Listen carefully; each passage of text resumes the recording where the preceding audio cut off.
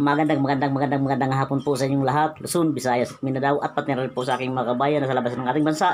Sa inyo po, magandang hapon. Good afternoon. Ito po ang Islas Pilipinas TV na tatampok ng mga magandang tanawin, balita noon at ngayon. So, kung interesado po kayo sa channel na to, dyan lamang po kayo. Pag-evaluate sa SBN naman. So, para ang trust ninyo sa amon, we will post or we will advise all my teachers to make a transparent. To be transparent. Bago pa, dili na kayo sa verbal, but in database it.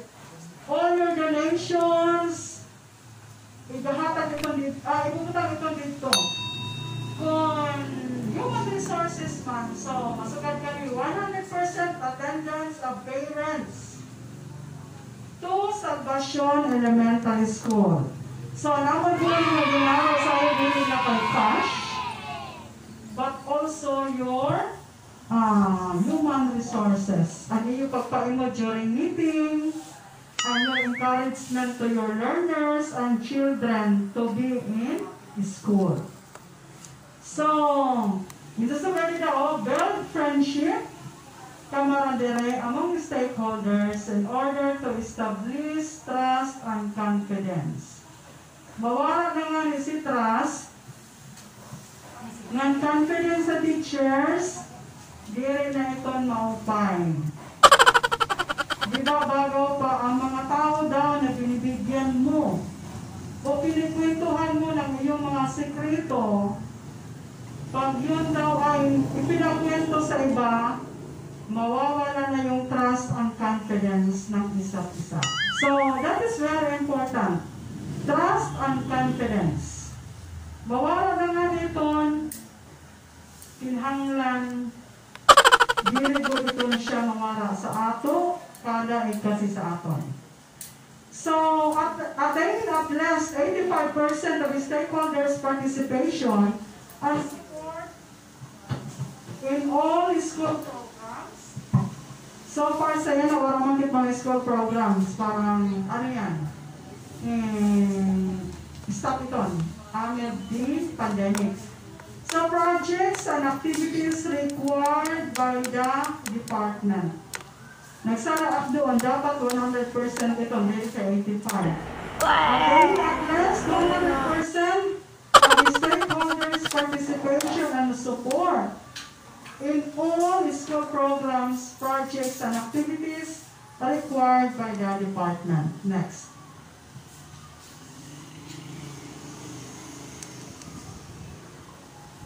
Okay. Ako nga ipapaimod sa iyo ang school leadership management and cooperation. So during COVID-19 emergency, Sonia School leads in the preparation of the school learning continuity plan during COVID-19 emergency. Sakto pa ito, no? So, nagbasa na kami sa mga assurances kung ano amon himuon. Non-cooperative or negative attitude among stakeholders to support the school. May nadibadali mga parents, pero I am thankful sa nahingad ako sa Salvacion kaya naimod ko ang support sa parents during this COVID-19 pandemic. Kaya eager good ang mga parents na mag-support or mag-enroll sa hira mga kabataan bisan pa susugat learning activities. So, transparency, administration to mentors and support from teachers and other stakeholders. So, ayaw na kang kaukaw pag-tap sa amon kung pinahanglan kami ninyo, vice versa also. Kung kami wala tayo hinahanglan sa inyo, karegulat arawan na natin, 100% support. General PTA officers and then our SPGO officers and members.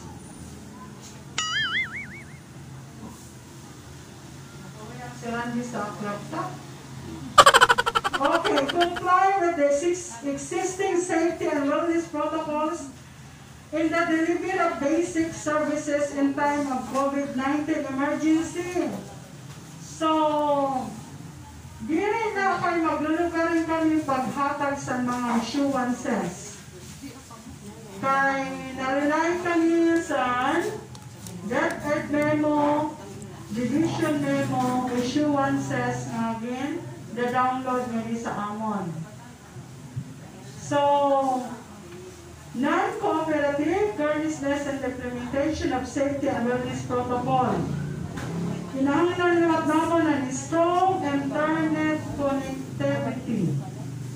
Kailangan may na kami mga load or naka-open pero yan naman Facebook or Messenger about the memos matinggang sa division office or central office. So, strict implementation ko dito. Kung ano nila ginamangno, kailangan ta sundon. So, 6,500 purchase of disinfecting machine and disinfectant alcohol solution. So, kami sa school, and mga teachers provided ito namon. So, kamusta na sa iyo mga palimalay, kailangan mag-provide kami sa iyong kabataan, or kung nahimo, magdala sila sa kantabag kada adlaw. If in case, yung face-to-face learning.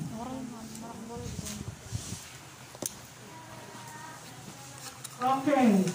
Disinfecting machine. Ato na thermal scanner. Api ko na ito sa among MOOE. So, kung makarelease kami sa namon second quarter na MOOE, we will purchase 6 thermal scanner. Tapos, mag-request ako ka sa barangay mga ka-admin kung nahimo, mabutangan dito hand washing. Before, sumunod ang kabataan, maghugas, mag-disinfect sa nila mga kamot. Tapos, ang mask, sa kabataan, kanya-kanya na lang. Amo na lang yun ang bulit sa parents na sila na lang maghimo. Yung na kanina yung dyan nga uniform sa school, ang green, gihimo na lang face mask. Sige, mga improvise na mga face mask. Kakayanin natin yan. Nahilog tanganin nga magparakuan na how much more sa kaupayan sa natong kabataan.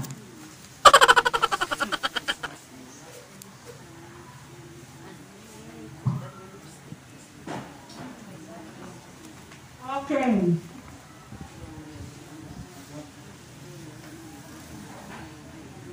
Okay. Ito nga amon mga ginihimo o igahatag sa mga kabataan ng mga modular. Amo ito isasubmit online. Dili na kay masugat ang parents ka nagpalakalingkod na kami ha. Ito nga amon modular ang igahatag sa mga kabataan. I-consolidate naman ito.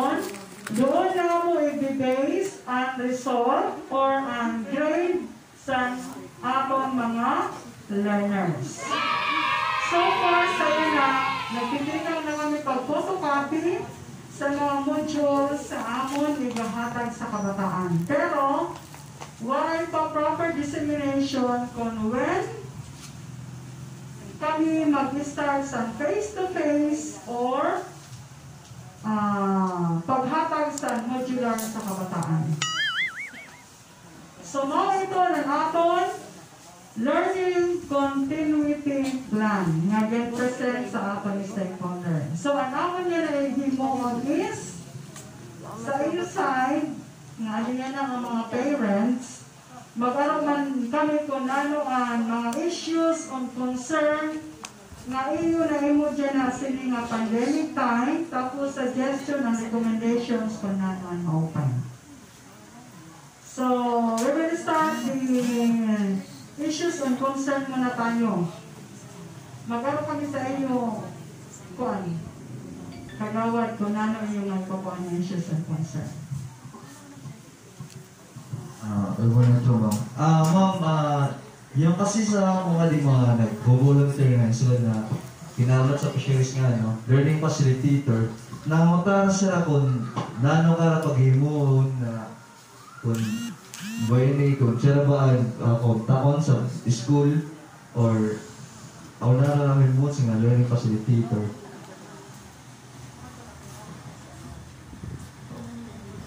Oo, voluntary sila.